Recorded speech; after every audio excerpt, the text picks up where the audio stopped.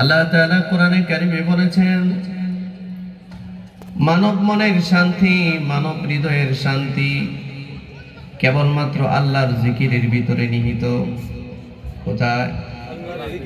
বলেন তো, লা ইলাহা ইল্লাল্লাহ যে পড়েছি, এটা মজা লাগে কিনা?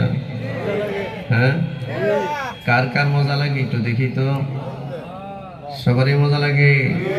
আলহামদুলিল্লাহ, আলহামদুলিল্লাহ বলেন। লা ইলাহা ইল্লাল্লাহ মজা লাগে না তার কাছে যে হারামের সাথে সম্পৃক্ত, ঠিক না? লা ইলাহা ইল্লাল্লাহ মজা লাগে না তার কাছে যে দৈনিক মদ পান করে, লা ইলাহা ইল্লাল্লাহ বরদাস্ত করতে পারে না। আলহামদুলিল্লাহ বরদাস্ত করতে পারে না। আল্লাহু আকবারের তাসবিহ গুলো তার কাছে ভালো লাগে না। অথচ আল্লাহ বলেছেন, হে মানুষ, হৃদয়ে যদি শান্তি পেতে চাও, আমার স্মরণ বেঁধে রেখে, আমার তাসবিহাত ছাড়া, আমার জিকির ছাড়া হৃদয়ে শান্তি পাবে না। এই কথাটা যদি আপনারা বুঝতে চান, একটা উদাহরণ দিই। বর্তমান পৃথিবীতে প্রায় 800 কোটি মানুষ বাস করে। এটা গ্লোবালাইজেশনের যুগ, বিশ্বায়নের যুগ। সারা পৃথিবীতে মানুষ বাস করে প্রায় 800 কোটি। এর মধ্যে ইমানদারের সংখ্যা সর্বোচ্চ 200 কোটি। বাকি 600 কোটি হলো বেঈমান, এক কথায় অমুসলিম। এরা মৃত্যুর আগে কালিমা, এই কালিমাটা না পড়লে জান্নাতের আশা কখনো করতে পারবে না, ঠিক কিনা? আর নবীজি বলেছেন, মান ক্বালা লা ইলাহা ইল্লাল্লাহ দাখালাল জান্নাহ। যে ব্যক্তির জীবনের শেষ কথা হয়ে যায় লা ইলাহা ইল্লাল্লাহ, সে জান্নাতে চলে যায়। সুবহানাল্লাহ বলে সুবহানাল্লাহ। আশ্চর্যের ব্যাপার, এখন আমাদের সমাজে এমন মানুষও বের হয়েছে যে লা ইলাহা ইল্লাল্লাহ বলে মরতে চায় না, সে বলে আমি জয় বাংলা বলে মরতে চাই। জীবনের শেষ কথাটা যেন জয় বাংলা হয়, ঠিক না? এমন মানুষও কিন্তু আছে। এটা ভুল, এটা ভুল। রাসূল বলেছেন, লা ইলাহা ইল্লাল্লাহ বলে যে মানুষ মারা যায়, সে জান্নাতি হয়ে যায়। জীবনের শেষ পর্যায়ে একেবারে শুধু লা ইলাহা ইল্লাল্লাহ আছে, আর কোনো আমল নাই। শুধুই পাপ আর পাপ, কিন্তু কালিমাটা আছে। অর্থাৎ সর্বশেষ জান্নাতি মানুষটা জাহান্নাম থেকে আল্লাহ তাআলা উঠিয়ে যখন তাকে জান্নাতে নিয়ে যাবেন, হাদিসের মধ্যে আসছে, এই লোকটা এই কালিমার বারাকাতে জাহান্নাম থেকে মুক্তি পেয়ে জান্নাতের অধিকারী হবে। নেক আমল নাই, শুধু আছে লা ইলাহা ইল্লাল্লাহ। নেক আমল নাই, শুধু আছে কালিমা লা ইলাহা ইল্লাল্লাহ। এটা ছোট্টখানি কোনো কথা না। মিজানের পাল্লায় যদি 7 আকাশ 7 জমিনকে এক পাল্লায় রাখা হয়, আর লা ইলাহা ইল্লাল্লাহ যদি এক পাল্লায় রাখা হয়, তার মর্যাদা বেড়ে যাবে, তার ওজন বেড়ে যায়, ওজন। এই কারণে লা ইলাহা ইল্লাল্লাহ আমার জবানে না থাকবার কারণে কখনো একটু সুখ পাবার জন্য আমি বাদাম বাদাম কাঁচা বাদামের গান গাই, ঠিক না? কাঁচা বাদাম সারা দুনিয়াতে, কি ছেলে, কি বুড়া, কি বুড়ি, সবার মুখে কাঁচা বাদাম। কি কেন কাঁচা বাদাম? কোথায় জানি ইন্ডিয়ার কোন জায়গায় এক বাদাম বিক্রেতা কাঁচা বাদামের গান গাইছে, এখন সবাই কাঁচা বাদাম বলে। আমি আজকে ঘুমাচ্ছিলাম, ফজরের নামাজের পর ঘুমাচ্ছিলাম, বাচ্চারা খেলা করতেছে, আমার কানে আওয়াজ আসতেছে, আল্লাহর কসম দিয়ে বলতেছি, আল্লাহর কসম দিয়ে বলতেছি, ছোট বাচ্চারা কাঁচা বাদামের গান গাইতেছে। সবগুলো গান গাচ্ছে, কাঁচা বাদামের, ছোট ছোট বাচ্চারা কাঁচা বাদামের গান গায়। কি এমন রোগ, কি এমন রোগ, কি এমন ব্যাধিতে আজকের এই সমাজ বিপর্যস্ত হয়ে গেছে। একটা মানুষ বাদাম বিক্রেতা কোথায় বাদাম বিক্রি করলো, একটা গান গাইলো, সবার মুখে মুখে এখন এই গান। কেন গায় এই গান? কেন গায়? শান্তি চায়, মজা চায়, আনন্দ চায়। কিন্তু এই মানুষ জানে না বাদামের গানের মধ্যে কোনো আনন্দ নাই, কোনো মজা নাই, মানবতার শান্তি নাই। মানুষ একটু শান্তি পাওয়ার জন্য কখনো কক্সবাজার চলে যায়, একটু মানসিক শান্তির জন্য, রিফ্রেশমেন্টের জন্য চলে যায়, ঠিক কিনা? আমরা নাম দিয়েছি রিফ্রেশমেন্ট। মানুষ সারা দিন সারা বছর কাজকর্ম করে রিজার্ভ হয়ে যায়, এই রিজার্ভেশন সরাবার জন্যে, তার এই চিন্তার টেনশন সারাবার জন্যে কখনো যাদের টাকা একটু বেশি আছে তারা চলে যায় ইউরোপে, যাদের টাকা আরেকটু কম আছে তারা চলে যায় আপনার ইয়েতে ব্যাংককে, পাতায়া বন্দরে। যাদের টাকা আর একটু কম তারা চলে যায় ইন্ডিয়া, এই কি জানি ইন্ডিয়াতে অনেক জায়গা ঘোরার জায়গা আছে। আবার যাদের টাকা আর একটু কম আছে তারা চলে যায় কক্সবাজারে, বাংলাদেশে, ঠিক কিনা? আর একটু টাকা যাদের কম আছে, আপনাদের এটা কি নারায়ণগঞ্জে পড়ছে নাকি, চলে যায় সোনারগাঁতে, সোনারগাঁ। কেন যায় মানুষগুলো এখানে? কেন দৌড়ায়? হে মানুষ শুনেন, এই মানুষগুলো এখানে কেন দৌড়ায়? একটু শান্তি চায়। নেপালি একটা মেয়ে, ছোট্ট একটা মেয়ে কি একটা গান গাইছে নাকি কিছুদিন আগে, সারা দুনিয়ায় গান ভাইরাল হয়ে গেছে, সারা দুনিয়ার মানুষের মুখে নেপালি মেয়েটার গান। কি চায় এই গানগুলো বলে? কি চায় সে? শান্তি চায়, একটু আনন্দ চায়, মজা চায়, মজা। আল্লাহর কসম দিয়ে বলি, আল্লাহর কসম দিয়ে বলি, নেপালি মেয়ের গান নয়, বাদাম টাদামের গান নয়, দুনিয়ার কোনো সঙ্গীত শিল্পীর গান নয়। সারা দুনিয়া আপনি আনন্দের জন্য ঘুরবেন, কিন্তু আল্লাহর শরণ থেকে যদি আপনার মন, আপনি যদি মুখ ফিরিয়ে নিয়ে যান, দুনিয়া ঘুরতে পারবেন কিন্তু আনন্দের ঠিকানা খুঁজে পাবেন না, আনন্দ পাবেন না আপনি। আল্লাহ তাআলা বলেন, ওয়ামান আ'রাদা আন যিকরি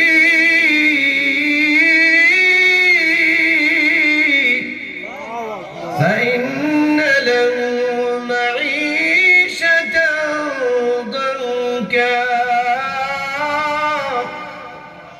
ونحشره يوم القيامة أعمى وقد كنت بصيرا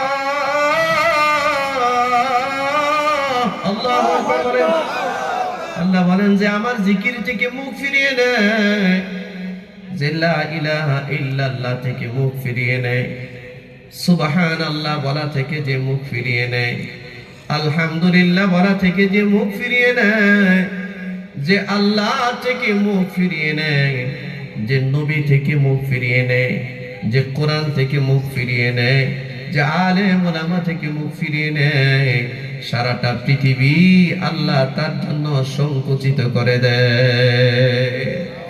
মাইশাতান যানকা, এক সংকুচতার জিন্দেগি, লাঞ্ছনা বঞ্চনার জিন্দেগি তাকে গ্রাস করে।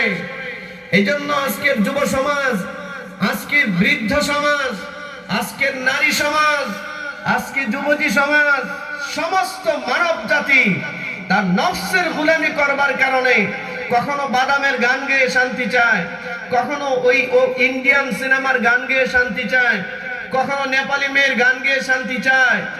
দুনিয়ার, সারা দুনিয়ার সব গান শুনলেও তোমার শান্তি হবে না যতক্ষণ তুমি রবের দিকে ফিরে না আসবে, যে কোশ্চিনকালে হবে না। বিশ্বাস করুন, লা ইলাহা ইল্লাল্লাহ বললে আত্মায় যে শান্তি পাওয়া যায়, হৃদয়ে যে শান্তি পাওয়া যায়, একটা পবিত্রতার পরশের যে অনুভব পাওয়া যায়, এই বাদাম টাদাম গান গাইলে কি এটা পাওয়া যায়? হ্যাঁ, আর অন্যান্য গান গাইলে কি এগুলো পাওয়া যায়? না না, মানুষগুলো তাহলে কেন এগুলোর পিছনে দৌড়তেছে, কেন এগুলোর পিছনে দৌড়তেছে? কারণ কি জানেন? মানুষ যখন আল্লাহ থেকে মুখ ফিরিয়ে নেয়, আল্লাহ থেকে মুখ ফিরিয়ে সারা দুনিয়ায় কখনো সাজেকে দৌড়ায়, কখনো বান্দরবন, কখনো সুন্দরবন, কখনো ব্যাংককে, কখনো আমেরিকায়, কখনো আবার ইন্ডিয়ায়, কখনো জাফলংয়ে, কখনো কক্সবাজারে দৌড়ায়, শান্তির জন্য দৌড়ায়, লাখ লাখ টাকা ব্যয় করে, কিন্তু শান্তি হৃদয়ে খুঁজে পায় না। কিন্তু যার হৃদয়ে আল্লাহ আছে, আল্লাহ, আল্লাহু আকবার বলেন, আল্লাহু আকবার, যার জিন্দেগিতে আল্লাহ আছে, যার মুখের মধ্যে লা ইলাহা ইল্লাল্লাহ আছে, যার মুখের মধ্যে আল্লাহু আকবারের আওয়াজ আছে, যার মুখের মধ্যে সুবহানাল্লাহর আওয়াজ আছে, যার জীবনে কোরআনের তেলাওয়াতের আমল আছে, যার জীবনে তাহাজ্জুদের নামাজে দাঁড়াবার আমল আছে, ব্যাংকক দৌড়াতে হবে না। রাতের আধারে তাহাজ্জুদের মুসল্লায় যখন দাঁড়ায়, সরাসরি আল্লাহর পক্ষ থেকে সাকিনা তার উপরে নাজিল হতে থাকে। ব্যাংকক নয়, সারা দুনিয়া ঘুরলেও এই শান্তি পাবে না। একজন তাহাজ্জুদের গুজার মানুষ, তার হৃদয়ে যে শান্তির পরশ, এটা যে নামাজ পড়ে না তাকে বোঝানো যাবে না, ঠিক না? এটা তারে বোঝানো যাবে না। যে লোকটা আল্লাহর নামের জিকির করে, জিকিরে কি মজা, যে জিকির করে না তারে বোঝানো যাবে না। যে লোকটা দৈনিক কোরআন তেলাওয়াত করে, কোরআন তেলাওয়াত করে, কোরআন তেলাওয়াত করলে পরে তেলাওয়াতে কি মজা, এটা যে কোরআনের সাথে 50 বছর যাবত সম্পর্ক নাই, তাকে বলে বোঝানো যাবে না, তাকে বলে বোঝানো যাবে না। এমনও মানুষ আছে, এমনও মানুষ আছে, এমনও মানুষ আছে, একদিন যদি কোরআন তেলাওয়াত না করে তাহলে তার মনে হয় পুরা দিনটা বেকার গেছে, বেকার, শান্তি নেই, শান্তি নেই। হে মুসলমান বন্ধু, তুমি তো গান না শুনলে তোমার ঘুম হয় না। আর এই দুনিয়ায় এমন দিনদার মানুষও আছে, আল্লাহর কোরআন না শুনলে, না পড়লে তার ঘুম হয় না। কত দিন গেছে আপনার আমার, বলে আপনার আমার জিন্দেগি থেকে কত দিন গিয়েছে। কারো বয়স 70 বছর, কারো বয়স 80 বছর, কারো বয়স 50 বছর। এই যে আল্লাহর কোরআন, আল্লাহর কালাম, এটা কার কালাম? আল্লাহর। সবাই বলেন আল্লাহর। যে যত বড় হয় তার কথার মূল্য তত বড় হয়, ঠিক কি না? তার অর্ডিন্যান্স, তার আদেশের, তার নোটিশের মূল্য তত বড় হয়। আরে এলাকার একজন মেম্বার সাহেবের কথার ওজন আর এলাকার একজন চেয়ারম্যান সাহেবের কথার ওজন সমান নয়, ব্যবধান আছে কিনা? আবার চেয়ারম্যান সাহেবের কথার ওজন এমপি মহোদয়ের কথার ওজন সমান নয়, আবার এমপির কথার ওজন মন্ত্রী মহোদয়ের কথার ওজন সমান নয়, মন্ত্রীর কথার ওজন আবার স্পিকারের কথার ওজন সমান নয়, স্পিকারের কথার ওজন প্রধানমন্ত্রীর কথার সমান নয়, আবার প্রধানমন্ত্রীর কথার ওজন রাষ্ট্রের রাষ্ট্রপতির কথার সমান নয়। তার মানে কি বোঝা যায়? যে যত বড় হয় তার কথার ওজনটা তত বড় হয়। আপনারা বলুন তো দেখি, এই আকাশ জমিন, লৌহ কলম, জান্নাত জাহান্নাম, আমরা যা দেখি যা দেখি না, সব কে সৃষ্টি করেছেন? সমগ্র জগৎ কে সৃষ্টি করেছেন? চিৎকার করে সবাই আল্লাহর নামটা লজ্জা নিয়ে বললেন না, মন থেকে বলেন, কে করেছেন সৃষ্টি? আল্লাহ। আমাদের রব কে? আল্লাহ। সেই আল্লাহ যিনি আমরা যা দেখি যা দেখি না, যা বুঝি যা বুঝি না, যা জানি যা জানি না, সব কিছু আল্লাহ সৃষ্টি করেছেন। তিনি এজ এ ক্রিয়েটর, তিনি স্রষ্টা, তিনি সৃষ্টি করেছেন। সেই রব্বুল আলামিনের কালাম, সে রব্বুল আলামিনের কালাম, কালাম এটা কালাম, আল্লাহর কথা, আল্লাহর কথা।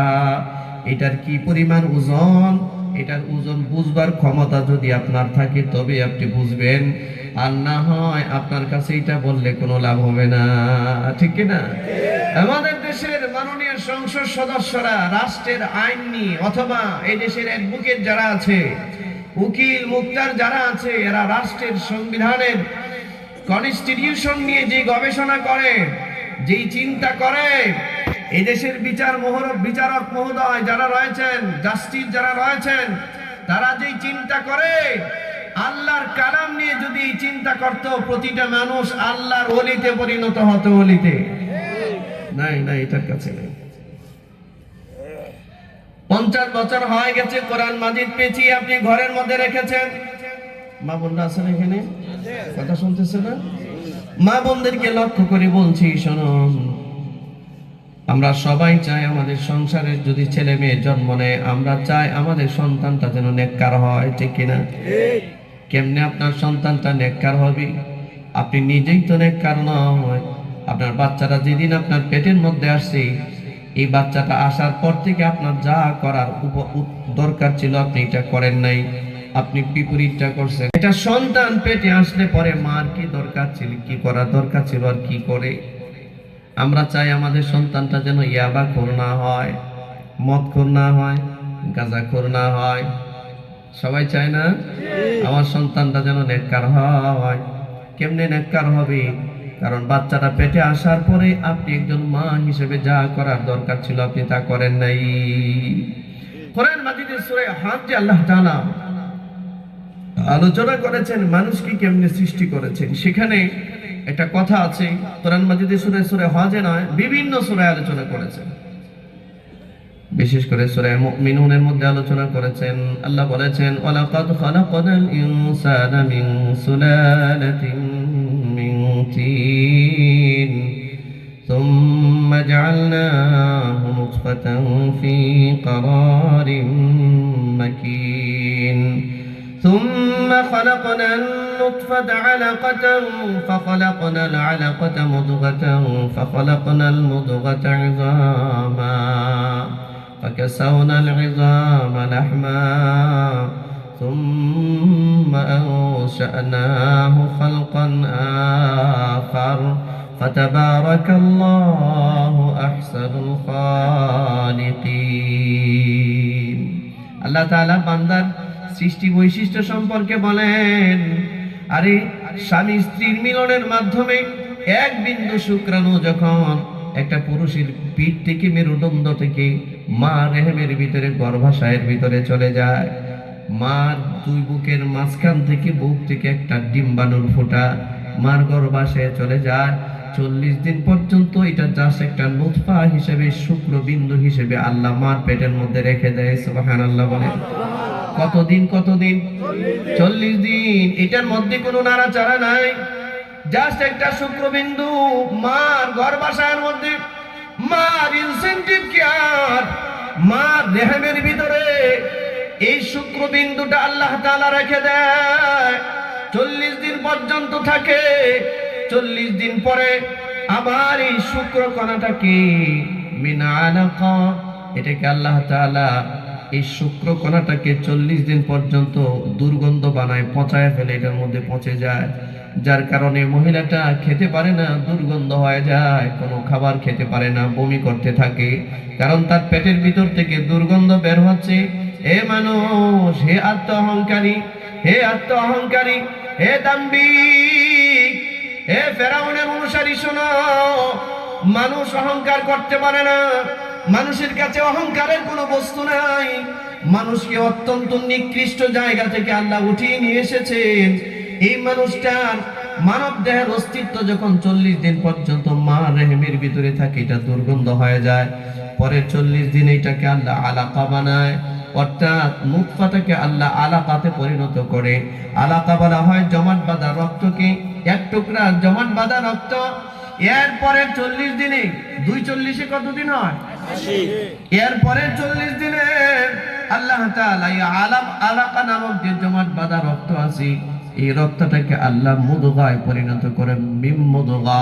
এটাকে আল্লাহ পাক এক টুকরা গোশতের পিণ্ডতে পরিণত করে, গোশতের পিণ্ড। 340-এ কত হয়? কথা বলুন, কত হয়?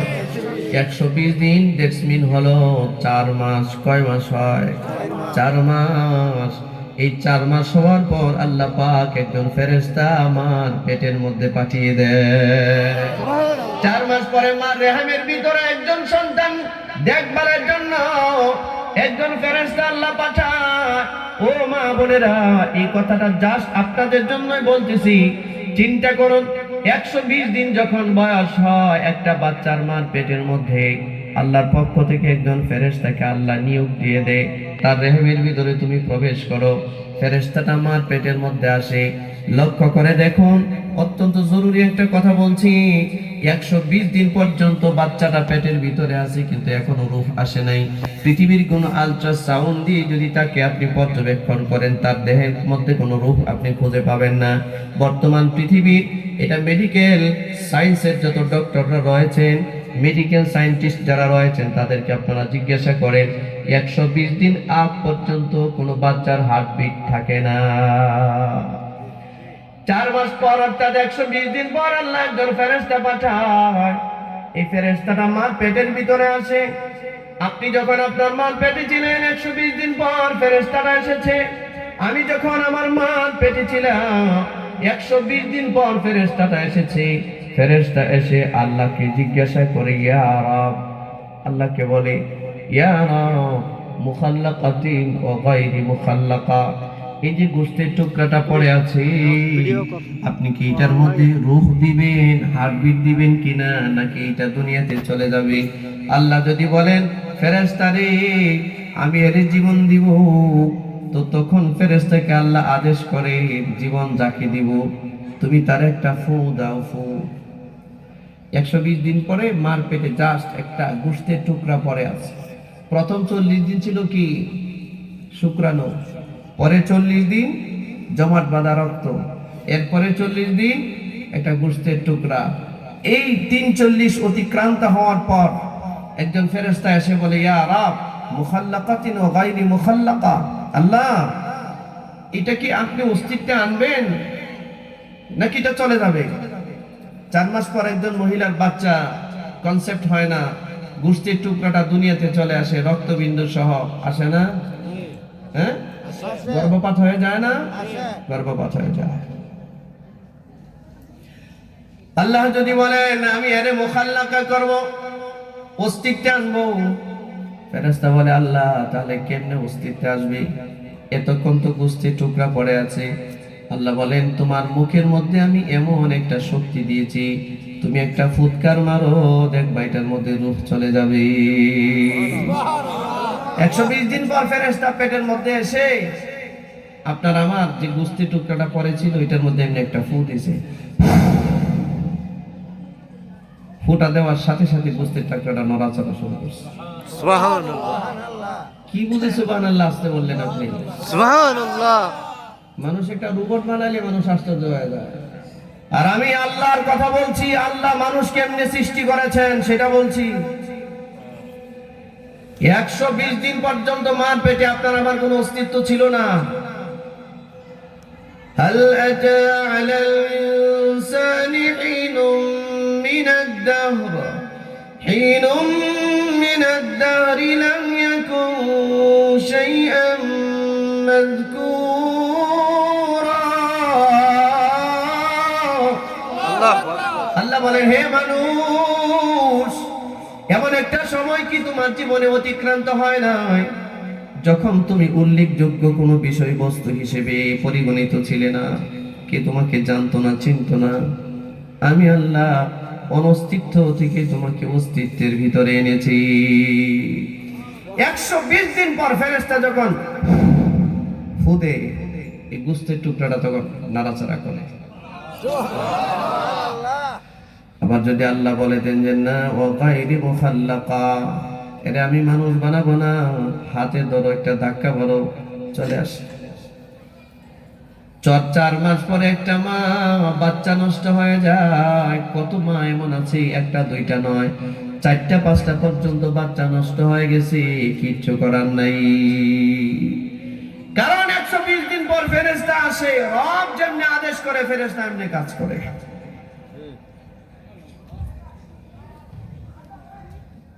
যার রুহের মধ্যে ফুৎকার দেওয়া হয়, গোশতের টুকরাটা নাড়াচাড়া করে। ফেরেশতা আল্লাহকে বলে, আল্লাহ এই গোশতের টুকরাটা পুরুষ বানাবো না নারী বানাবো? মুখাল্লাকাতিন ওয়া গায়রি মুখাল্লাকা। তাফসীরের মধ্যে মুফাসসিররা লিখেছেন এটা আমি পুরুষ বানাবো না নারী বানাবো। আল্লাহ যদি বলেন পুরুষ বানাবে, তো একটা ডিসক্রিপশন বক্স আছে, ডিসক্রিপশন একটা পেপার থাকে ফেরেশতার হাতে, ওই পেপারের মধ্যে লিখে দেয় এটা পুরুষ হবে। সুবহানাল্লাহ। আল্লাহ যদি বলেন এটা নারী হবে নারী, তো ফেরেশতা লিখে দেয় এটা নারী হবে নারী। আবার আল্লাহ যদি বলেন এটা পুরুষও হবে না নারীও হবে না, এটা হবে একটা তৃতীয় লিঙ্গের মানুষ, যাকে আমরা বলি হিজড়া। আছে না সমাজে এমন মানুষ? আল্লাহ যদি আদেশ করেন এটা হিজড়া হবে, ফেরেশতা ডেসক্রিপশনের মধ্যে লিখে দেয় এটা হিজড়া হবে। আহা, ফেরেশতা আল্লাহকে বলে ইয়া রাব মুখাল্লাকাতিন ওয়া গায়রি মুখাল্লাকা। আল্লাহ এই যে বাচ্চাটা দুনিয়াতে যাবে এটা সুস্থ হবে না অটিস্টিক হবে? অটিস্টিক বুঝেন? প্রতিবন্ধী বুঝেন? প্রতিবন্ধী আছে না প্রতিবন্ধী মানুষ? আপনার আমার চিৎকার করে আলহামদুলিল্লাহ বলা দরকার। আলহামদুলিল্লাহ। আহা, ফেরেশতা বলে ইয়া রাব এই যে শিশুটা, এই যে আপনার বান্দাটা দুনিয়াতে যাবে অথবা বান্দিটা দুনিয়াতে যাবে, অথবা তৃতীয় লিঙ্গের কেউ অর্থাৎ হিজড়া বানিয়ে দিয়েছেন সে দুনিয়াতে যাবে, এটা সুস্থ হবে না অসুস্থ হবে? আল্লাহ যদি বলেন সুস্থ থাকবে, তো ফেরেশতা ডেসক্রিপশনে লিখে দেয় এটা সুস্থ থাকবে। সুবহানাল্লাহ। ফেরেশতাকে যদি আল্লাহ বলে দেয় না এটা অটিস্টিক হবে, প্রতিবন্ধী হবে, চোখ থাকবে না, দুইটা চোখ থাকবে না, ফেরেশতা চোখ দুইটা এমনি বন্ধ করে দেয়, বন্ধ করে দেয়। জন্মন্ধ আসে না দুনিয়াতে? আমাদের সমাজে আছে না অন্ধ মানুষ? আছে। আল্লাহ যদি বলেন এটা প্রতিবন্ধী হবে, বড় হবে না, 3 ফিট থাকবে, এর উপরে আর উঠবে না, ফেরেশতা লিখে দেয় এটা 3 ফিট। সুবহানাল্লাহ। ফেরেশতা আল্লাহকে জিজ্ঞাসা করে আল্লাহ কতদিন বাঁচবে, হায়াত কত? যদি বলে 70 বছর, ফেরেশতা লিখে দেয় 70 বছর হায়াত। ফেরেশতা বলে আল্লাহ মরবে কবে, কোথায়? আল্লাহ যদি বলে এই নারায়ণগঞ্জের এই জায়গার নাম কি? চরহোগলা, এখানে মারা যাবে, ফেরেশতা লিখে দে তার মৃত্যুটা হবে চরহোগলায়। ফেরেশতা আল্লাহকে বলে ইয়া রাব মুখাল্লাকাতিন ওয়া গায়রি মুখাল্লাকা। আল্লাহ সারাটা জীবনে কি খাবে, তার রিজিকের বন্টন কোথায় আছে? আল্লাহ পাক বলেন আমার আরশের নিচে দেখো একটা তালিকা আছে, এটার মধ্যে তার রিজিক কোথায় আছে, কোন দিন কোথায় গিয়ে কোন কোন খাবার খাবে, এটা সব দেওয়া আছে। সুবহানাল্লাহ। এটা এখানে লিখে দাও। আল্লাহু আকবার বলেন। আল্লাহু আকবার। আমার উদ্দেশ্য এই কথাটা বলা না, আমার উদ্দেশ্য হলো 120 দিন পরে মার পেটে একজন ফেরেশতা আসে, এই কথাটা আমাদের সমাজের কয়টা মহিলা জানে বলেন তো দেখি? হ্যাঁ, কয়টা মহিলা জানে? একজন ফেরেশতা মার পেটে 120 দিন পর আসে, আল্লাহ পাঠায়, বাচ্চাটা ভূমিষ্ঠ হওয়ার আগ পর্যন্ত ফেরেশতা মার পেটের মধ্যে দায়িত্ব পালন করে। আল্লাহু আকবার বলেন। আল্লাহু আকবার। আপনি কি দিয়েছেন ওই ফেরেশতার কোনো বেতন? জি না। হ্যাঁ, পৃথিবীর কোনো মানুষ দিতে পেরেছে তার বেতন? জি না। আল্লাহ প্রদত্ত ফেরেশতা মার পেটে বাচ্চাটাকে লালন পালন করে। ফেরেশতা আল্লাহকে বলে ইয়া রাব মুখাল্লাকাতিন ওয়া গায়রি মুখাল্লাকা, রব্বুল আলামিন এটা খাবে কি, খাবে কি, বাঁচবে কেমনে? আল্লাহ বলেন এর মুখটা হেফাজত কর, খাবারের কানেকশনটা তার মা প্রতি মাসের যে পিরিয়ড আছে এই পিরিয়ডের সাথে তার নাভির সাথে খাবারের কানেকশন দিয়ে দে। মুখটা হেফাজত কর। কেন হেফাজত কর মুখ? কারণ এই মুখ দিয়ে আমার বান্দা আমার কালিমা পড়বে লা ইলাহা ইল্লাল্লাহ, জোরে বলেন লা ইলাহা ইল্লাল্লাহ, লা ইলাহা ইল্লাল্লাহ, লা ইলাহা ইল্লাল্লাহ। এই কালিমা দিয়ে আমার বান্দা সুবহানাল্লাহ পরে আমার পবিত্রতা বর্ণনা করবে। এই জবানটা দিয়ে আমার বান্দা আলহামদুলিল্লাহ বলে আমার প্রশংসা করবে। এই জবানটা দিয়ে আমার বান্দা আমার কালাম তেলাওয়াত করবে। এই জবানটা দিয়ে আমার বান্দা আমার বরত্বের ঘোষণা দিবে। আর এই মানুষের জবান এই জন্য আল্লাহ পবিত্র রেখেছেন, ইচ্ছা করলে মার পিরিয়ডের খাবারটা মানুষের মুখ দিয়ে আল্লাহ কানেকশন দিতে পারতেন। আল্লাহ কানেকশন দেয় নাই। মানুষ যেন তার জবান পবিত্র রাখে, মানুষ যেন তার জবান পবিত্র রাখে, কারণ এই জবান দিয়ে একটা কথার দ্বারা সে জান্নাতের মালিকানা পেয়ে যায়। আবার এই জবান দিয়ে একটা কথা অস্বীকার করার কারণে চিরস্থায়ী জাহান্নামী হয়ে যায়। ঠিক কি না? জাস্ট একটা কথা, লা ইলাহা ইল্লাল্লাহ, এতটুক শুধু বলেছে, জান্নাতের মালিকানা পেয়ে গেছে। সুবহানাল্লাহ।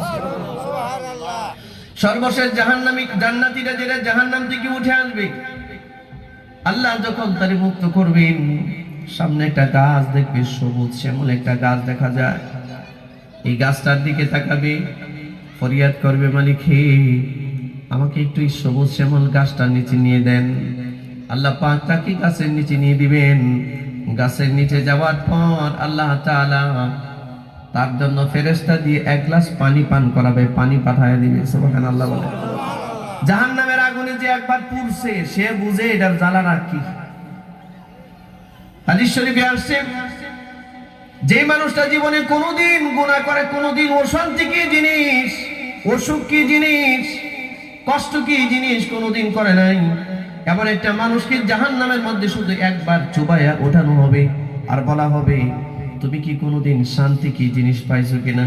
সে বলবে, শান্তি কি জিনিস জীবনেও আমি দেখি নাই, শুনিও নাই। কলিজা পর্যন্ত জাহান্নামের আগুন পোড়া দেয়। এই জাহান্নামী মানুষটা উঠবে, এই মানুষটা আল্লাহ তাআলা গাছের নিচে এক গ্লাস পানি পান করাবে।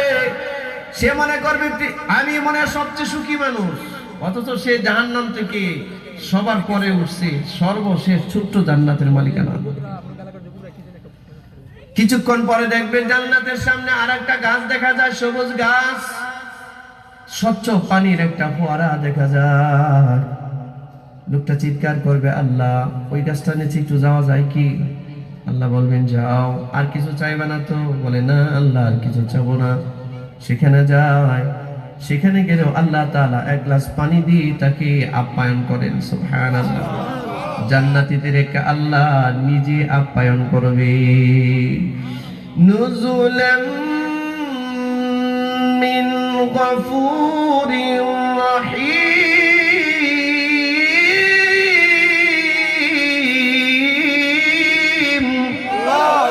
আল্লাহর পক্ষ থেকে মেহমানদারি হবে, মেহমানদারি। আল্লাহ মেহমানদারি করবে, নিজে মেহমানদারি করবে। ও মুসলমান ভাইরা, সেখানে যাওয়ার পরেও এই জান্নাতীটারে, সর্বনিম্ন জান্নাতি যেটা, এটারে উঠাবেন। আল্লাহ উঠানোর পর পানি দিবেন, পানি পান করাবেন।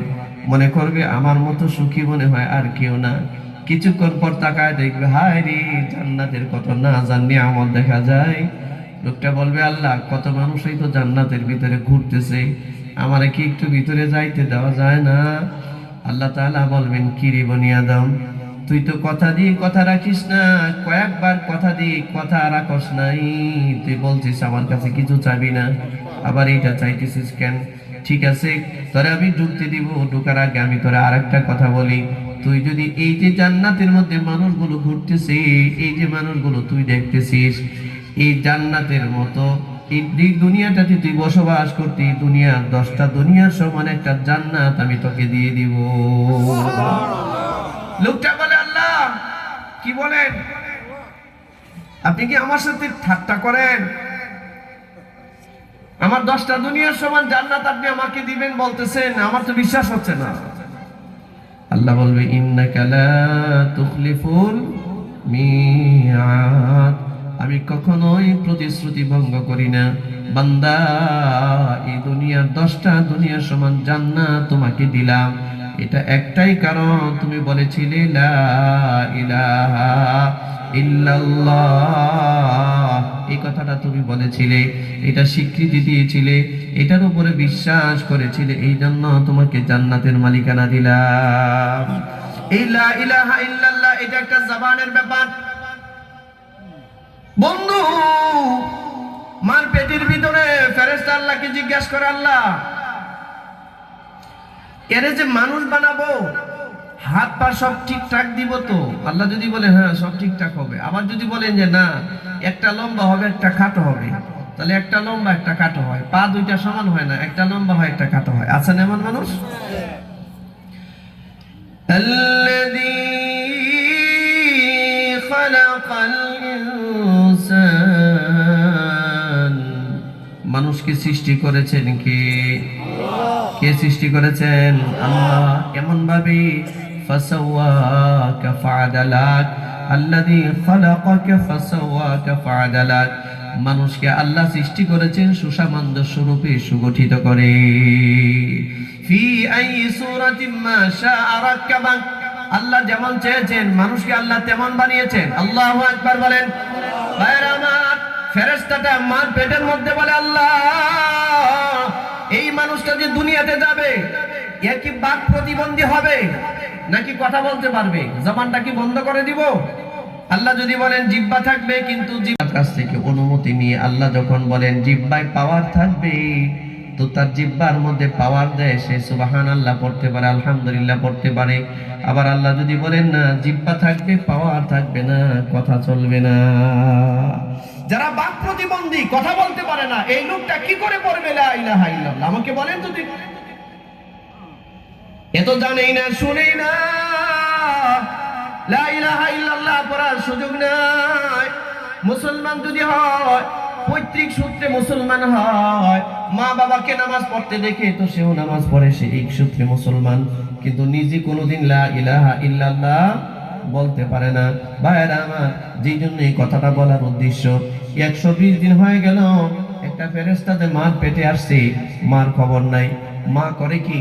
আমাদের মা বোনরা করে কি?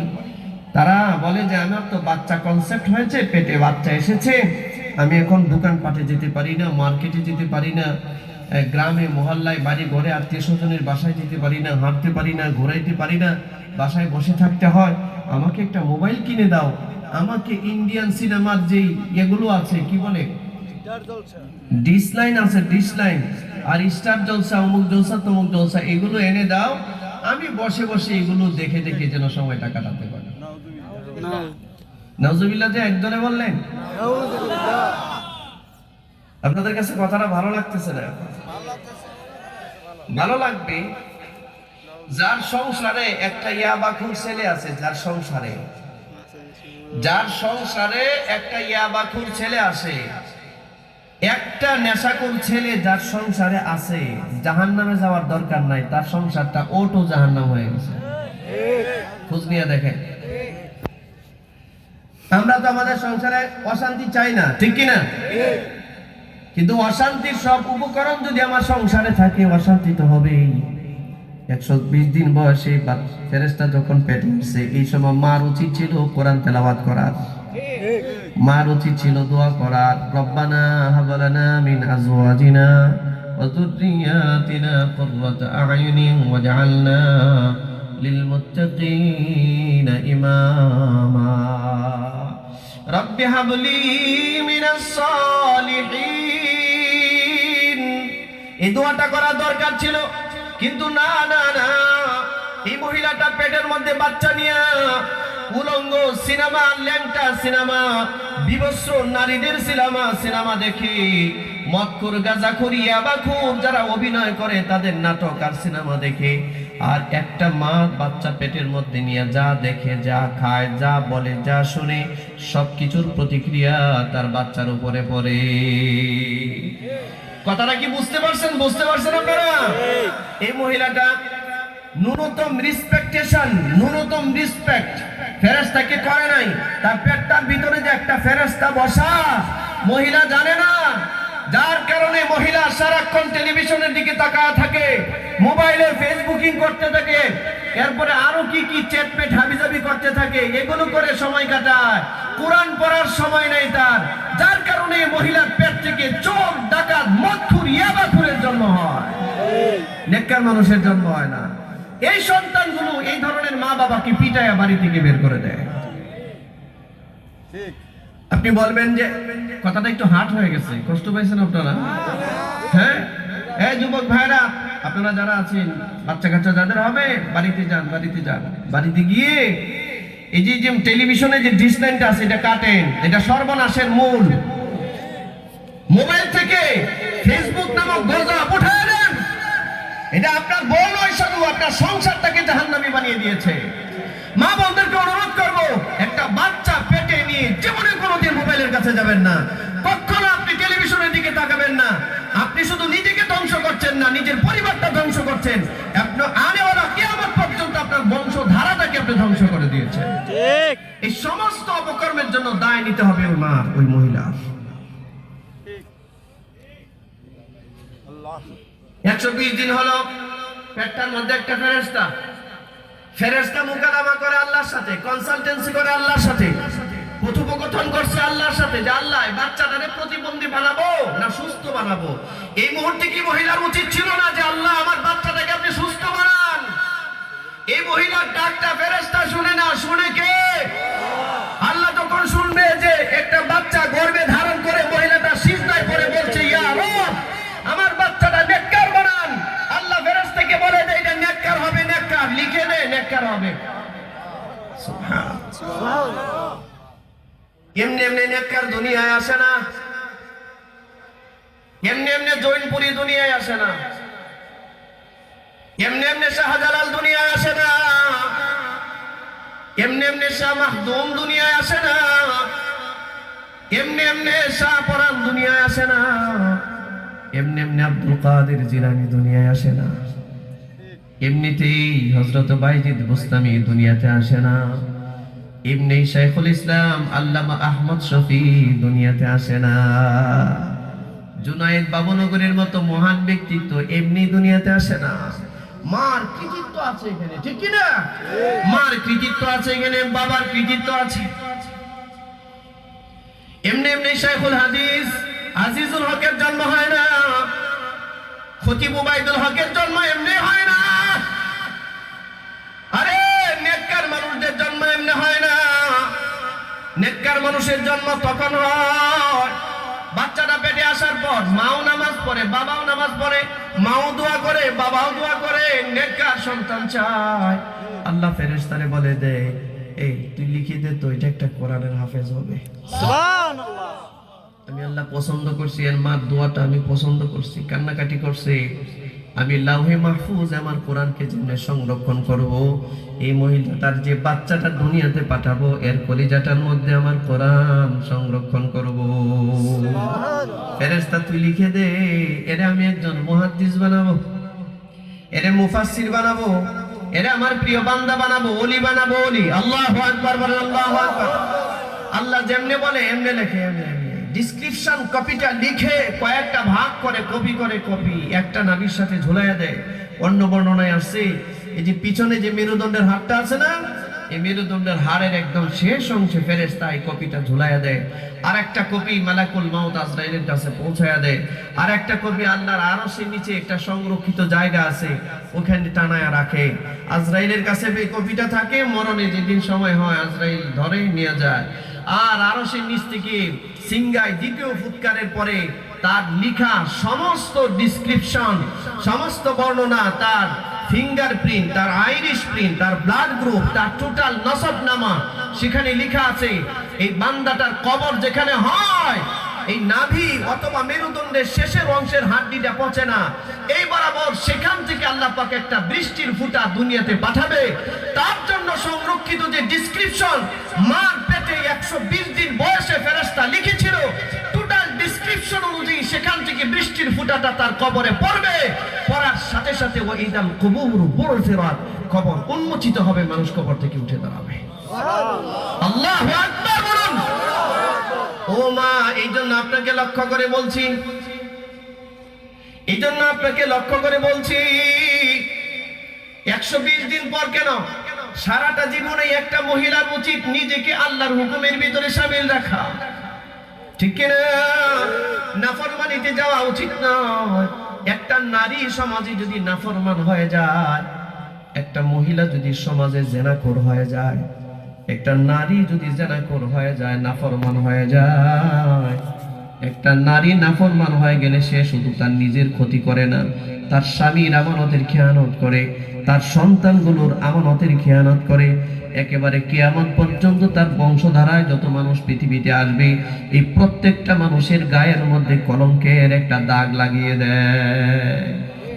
প্রত্যেকের গায়ের মধ্যে যেই নারীটা আজকে 2021 সালে জিনায় লিপ্ত হয়েছে, ব্যভিচারে লিপ্ত হয়েছে, যে পুরুষ আর যেই নারী, সে হয়তো জিনা করে, সে হয়তো ব্যভিচার করে তওবা করে ফেলেছে, কিন্তু এই যে ব্যভিচারের এক কলঙ্কের চিহ্ন কিয়ামত পর্যন্ত তার নসবনামায় বংশধারায় যত মানুষ আসবে সবগুলোর কাঁধের মধ্যে লেখা থাকবে, যদিও তারা নেককার হয়। এই জন্য মা বোনদের উচিত, মহিলাদের উচিত নেককার হওয়া। আল্লাহ তাআলা কোরআনুল কারীমের মধ্যে ইরশাদ করেছেন, কখনো একজন চরিত্রবান পুরুষ, কখনো একজন চরিত্রবান নারী, কখনো একজন দুশ্চরিত্র পুরুষের সাথে নিকাহে আবদ্ধ হয় না, থাকতে পারে না, কুফুর মিল হয় না। কখনো একজন নেককার পুরুষ জেনাকুর ব্যভিচারিণীর সাথে থাকতে পারে না। খবিসের জন্য খবিস, নেককারের জন্য নেককার। যুবক বন্ধু, হে মা, আপনাকে বলছি, আপনি নিজেকে রক্ষা করুন পাপ থেকে। হে যুবক, তোমার চরিত্র জিনা থেকে বাঁচাও। হে যুবক, তুমি নিজেকে জিনা থেকে নিজেকে রক্ষা করো, ব্যভিচার থেকে বাঁচাও। আমরা তো আমাদের সমাজে এমন ব্যভিচারিণী, এতটাই একটা দুইটা জিনা নয়, 70 বছরে অন্তত পক্ষে 50টা জিনার ব্যভিচারের আমল আছে, এমন মানুষ আছে। ঠিক কিনা জোরে বলেন? একটা ব্যভিচার, একটা ব্যভিচার, একটা ব্যভিচার পুরা বংশধারাকে কলঙ্কিত করে দেয়। শুধু তার নিজের জীবন না, তার বংশধারাটা কলঙ্কিত করে দেয়। মারাত্মক এক গুনাহ ব্যভিচার, বংশধারায় গুনাহ লিখা হয়ে যায়। আরে আমরা গুনাহ করলে, ব্যভিচার করলে অনুতপ্ত হই না, গুনাহ করলে আমার কাছে অনুতপ্ত আসে না। একটা হাদিস শোনায় আপনাদেরকে বলবো, হাদিসটা বলবো। হযরতে মায়েজ ইবনে মালিক রাদিয়াল্লাহু তাআলা আনহু নামে একজন সাহাবী ছিলেন, রাসূলের সাহাবী। মায়েজ ইবনে মালিক নবীজির সাহাবী। তিনি, এই ছেলে, এই বাচ্চাগুলো, এই তোমরা বাবা করে না, বাবা ডিস্টার্ব করো না। আমার একটা তবিয়ত হচ্ছে, আমি কথা বলে আশপাশে সাউন্ড করলে মনে করে যেমন কথাটা শুনতেছে না মনে হয়। আর আমি তো ফাউল কোনো কথা বলছি না, আমি বয়ানের মধ্যে কোনো ডিস্টার্ব করবেন না, কেউ ডিস্টার্ব করবেন না। হযরত মায়েজ ইবনে মালিক রাদিয়াল্লাহু তাআলা আনহু নবীর এক সাহাবী ছিলেন, একজন আনসারী সাহাবীর এক বাঁদী ছিল। বাঁদীটা সুন্দরী ছিল। এই বাঁদীর উপরে তিনি আসক্ত হয়ে গিয়েছিলেন। একদিন নীরবে তিনি বাঁদীর সাথে ব্যভিচারে লিপ্ত হয়েছে। মানুষ যখন গুনাহ করে, শয়তান যখন গুনাহ করায় মানুষকে, গুনাহটা সংগঠিত হওয়ার আগ পর্যন্ত থাকে। যখন গুনাহ হয়ে যায় শয়তান আর থাকে না, শয়তান আর থাকে না। জিনা যখন শেষ, ব্যভিচার যখন শেষ হয়ে গেছে, হযরতে মায়েজ ইবনে মালিক এবার চিন্তা লাগছে, হায়রে, আমি তো নবীর একজন সাহাবী, এটা কি করলাম, এটা কি করলাম, আমি তো বরবাদ হয়ে গেলাম। আমি তো জিনায় লিপ্ত হয়েছি, ব্যভিচারে লিপ্ত হয়েছি। এই জন্য তিনি আর বাড়িতে যান নাই, সোজা দৌড়ায় নবীজির কাছে গেছেন। লক্ষ্য করেন, আজকে আমরা এমন মানুষ নাই, খুব কম পাওয়া যায়। আমরা জিনার সাথে জড়িত না। কেউ হয়তো শারীরিক জিনা করে, কেউ হয়তো চোখের জিনা করে। চোখে যদি আপনি একজন বেগানা নারীর দিকে বারবার তাকিয়ে থাকেন, এটাও একটা জিনা হয়, এটাও ব্যভিচার। এর থেকে নিজেকে রক্ষা করতে হবে। আমার বুঝে আসে না, আমাদের সমাজের নারীরা, যুবতী মাগুলো, বোনগুলো বেপরদায় চলাফেরা করে, নিজের শরীরটা দেখায় মানুষের কাছে চলাফেরা করে। আমার বুঝে আসে না, একটা যার মধ্যে আত্মসম্ভ্রম বোধ আছে, যার কাছে পার্সোনালিটি আছে, যে নারীর কাছে আল্লাহর ভয় আছে, এই মহিলাটা কি করে তার নিজের দেহটা মানুষের সামনে প্রদর্শন করে আমার বুঝে আসে না। এই মহিলাটাকে শয়তান গ্রাস করে ফেলছে, যার কারণে এই অবস্থাটা। সুস্থ মস্তিষ্ক যার আছে, যে মেয়েটার মস্তিষ্ক সুস্থ, যে মেয়েটার মাথা ঠিক আছে, এই মেয়েটাকে আপনি জীবনে কোনোদিন পরপুরুষের সামনে নিতে পারবেন না। মায়েজ ইবনে মালিক জেনা করার পর, ব্যভিচার সংগঠিত হয়ে যাওয়ার পর, নিজে যখন অবসর নিয়েছেন, সাথে সাথে অনুতপ্ত তাকে গ্রাস করেছে। আমি কি করলাম, এটা কি করলাম? আমি একজন নবীর সাহাবী হয়ে ব্যভিচারে লিপ্ত হয়েছি। এই জন্য হযরত মায়েজ ইবনে মালিক রাদিয়াল্লাহু তাআলা আনহু আর কোথাও যায় নাই, দৌড়ায়া সোজা বরাবর নবীজির কাছে গেছেন। নবীজি মসজিদে নববীর মধ্যে বসা, নবীজির সামনে গিয়া বলেন, ইয়া রাসূলুল্লাহ, আমি জিনা করেছি, আমাকে আপনি পবিত্র করুন। অনুতপ্ত হৃদয়ের মধ্যে অনুতাপ আসছে, অনুতাপ। এই ভাই, 50টা বছর আমি গুনাহ করেছি, 70টা বছর আমি গুনাহ করেছি, এবং রানিং এখনো গুনার মধ্যে আমি শামিল, কিন্তু আমার হৃদয়ের মধ্যে কখনো এই কথা রিয়ালাইজ হয় নাই, আমি অ্যানালাইসিসই করতে পারি নাই, আমি অনুধাবনই করতে পারি নাই যে আমার তওবা করা উচিত, আর গুনাহ করা যাবে না, কারণ মরণ আমার যে কোনো সময় ডাক দিতে পারে। ঠিক কি না? আমরা আশায় আশায় বুক বাঁধতেছি আরো 20 বছর, 50 বছর, 100 বছর বাঁচবো না। দাদার আগে নাতি চলে গেছে, আছে না এমন? বাবার আগে সন্তান চলে গেছে, আমিও কখন চলে যাব? আরে আসার সিরিয়াল মেইনটেইন হয় দুনিয়ায়, যাওয়ার সিরিয়ালটা কখনো মেইনটেইন হয় না। প্রিয় ভাইরা আমার, হযরত মাইজ ইবনে মালিক রাদিয়াল্লাহু তাআলা আনহু ভয় পেয়ে গেলেন, নিজেকে পবিত্র করবার জন্য, অনুতপ্তের কারণে তওবার জন্য নবীজির কাছে দৌড়িয়ে গেলেন। গিয়া বললেন, ইয়া রাসূলুল্লাহ, আমি ব্যভিচার করেছি, আমি জিনা করছি, লুকায় নাই। সুজা বলতেছে, ওগো আল্লাহর নবী, আমি ব্যভিচার করেছি, আমি গুনাহ করেছি, আমি জিনা করেছি, ইয়া রাসূলুল্লাহ, আপনি আমাকে পবিত্র করুন।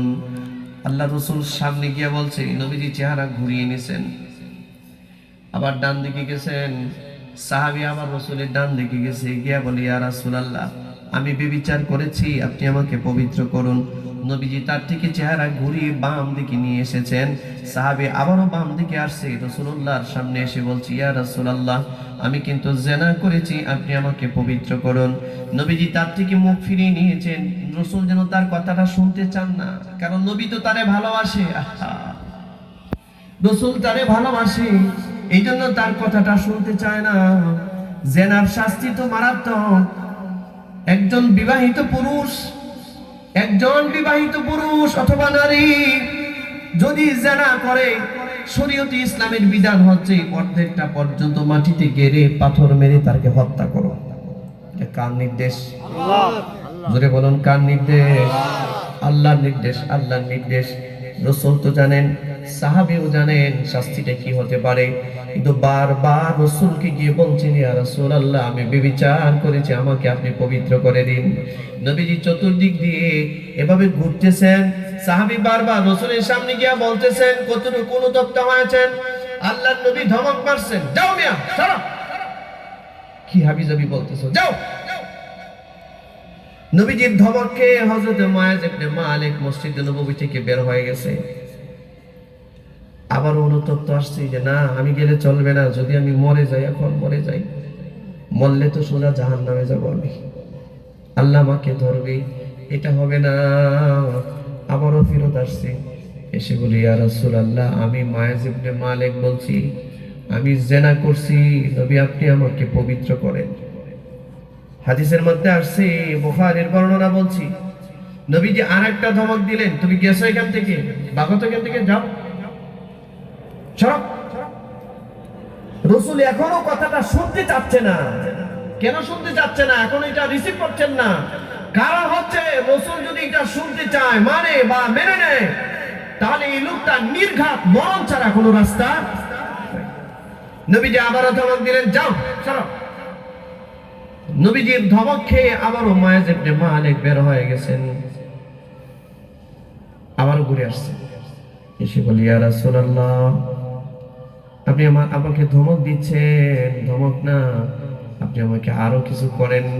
নবীজি, কিন্তু এখন আর ফেরত যাব না, আমি কিন্তু বেবিচার করেছি, জিনা করেছি, আপনি আমাকে পবিত্র করে দিন।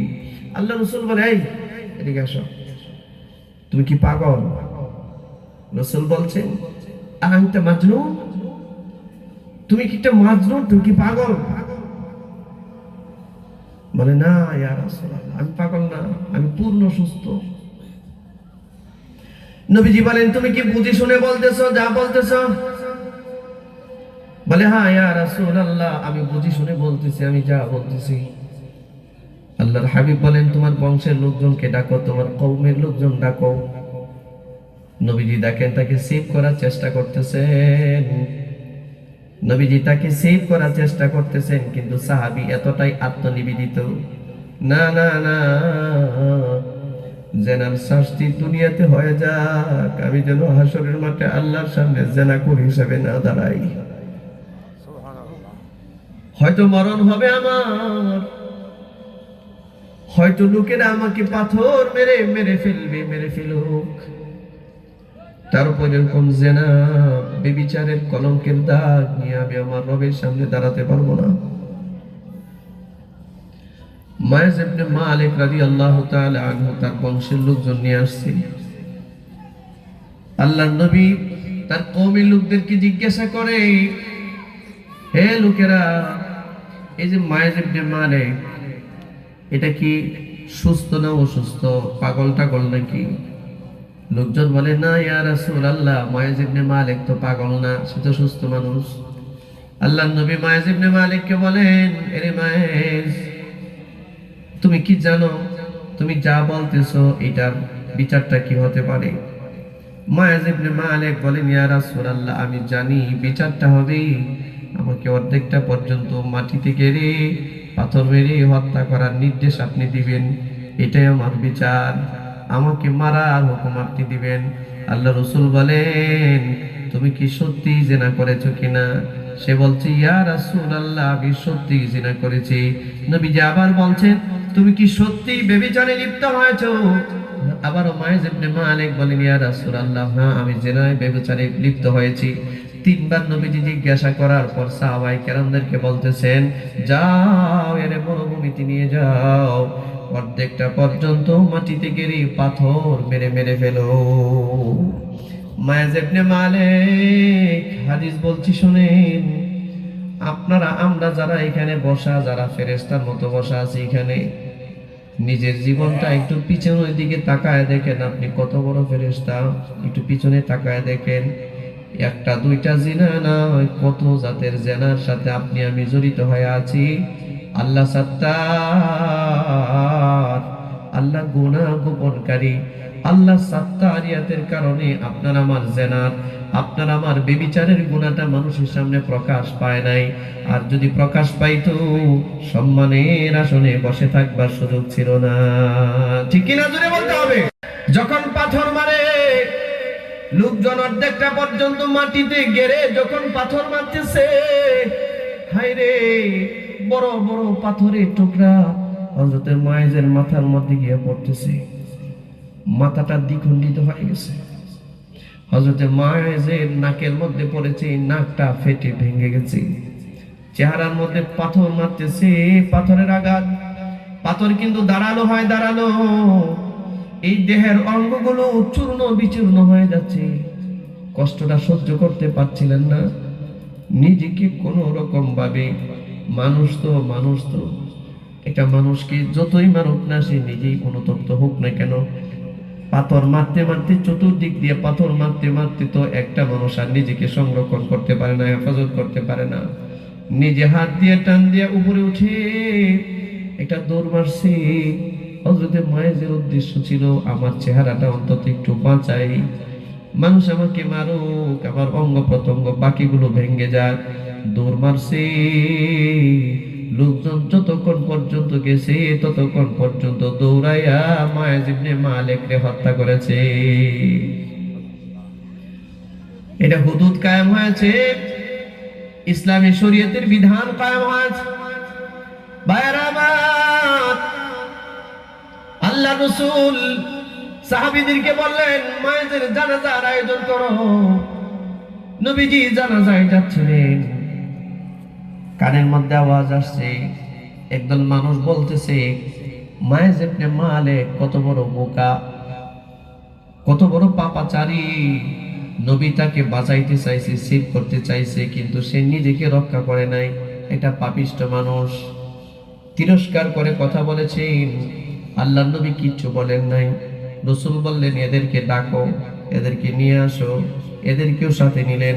হাদিসের মধ্যে আসছে জানাজায় যখন রাসূল যান, সামনে গিয়ে দেখে একটা মরা গাধা পড়ে আছে, মরা গাধা। এই মরা গাধাটা থেকে দুর্গন্ধ হয়ে গেছে, দুর্গন্ধ, পচা দুর্গন্ধ বের হয়েছে। যে দুইটা লোক সমালোচনা করেছিল মায়েজ ইবনে মালিককে, রাসূল বলছেন তোমরা যাও, এই যে গাধাটা পচা, এই গাধার গোশত তোমরা খাও। তারা বলতেছে ইয়া রাসূলুল্লাহ, এই পচা মরা গাধার গোশত কেন আমরা খাবো? নবীজি বললেন একটা সাহাবী মারা গেছে, তওবা করছে, এই লোকটারে নিয়ে তোমরা সমালোচনা করেছো। তোমরা তো মরা গাধার গোশত খাওয়ার চেয়ে নিকৃষ্ট কাজ করেছো। যাও মরা গাধার গোশত খাও গিয়া। দেখুন তো আমাদের জীবন ব্যবস্থা কেমন।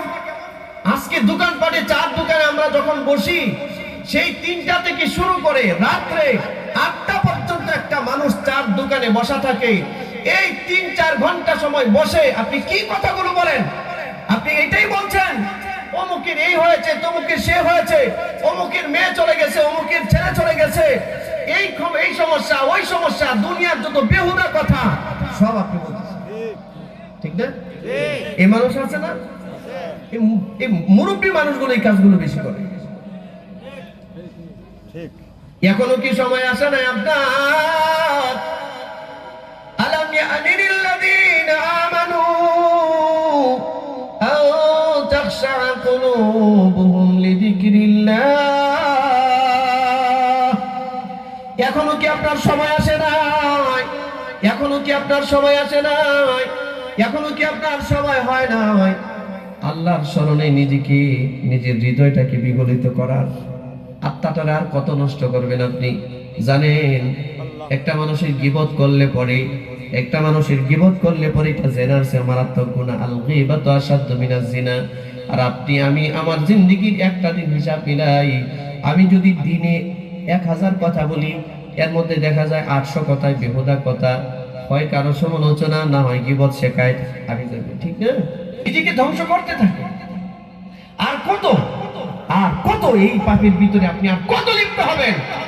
আর কত লিপ্ত হবেন এই পাপে? আপনার উচিত ছিল, যে বয়স আপনার উচিত ছিল মসজিদের বারান্দায় গিয়ে পড়ে থাকা, ঠিক কি না? উচিত ছিল তওবা করা, উচিত ছিল একটু সময় পেয়েছে কোরআন তেলাওয়াত করা, উচিত ছিল সুবহানাল্লাহ বলা, আলহামদুলিল্লাহ বলা। বেহুদা কথা বলা উচিত নয়।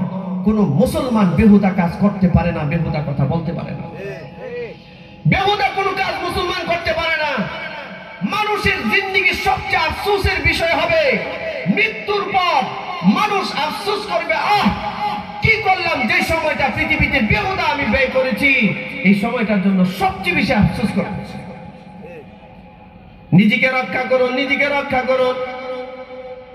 মায়েজ ইবনে মালিকের ব্যাপারে আল্লাহ রাসূল বলেন, শোনো আমার মায়ের এত বড় তওবা করেছে, এই তওবাটা আল্লাহর কাছে এমন ভাবে কবুল হয়েছে।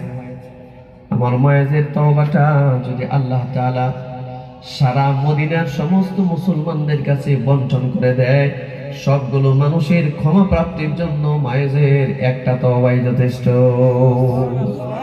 এতটাই অনুতপ্ত হয়েছিল, অনুতপ্ত।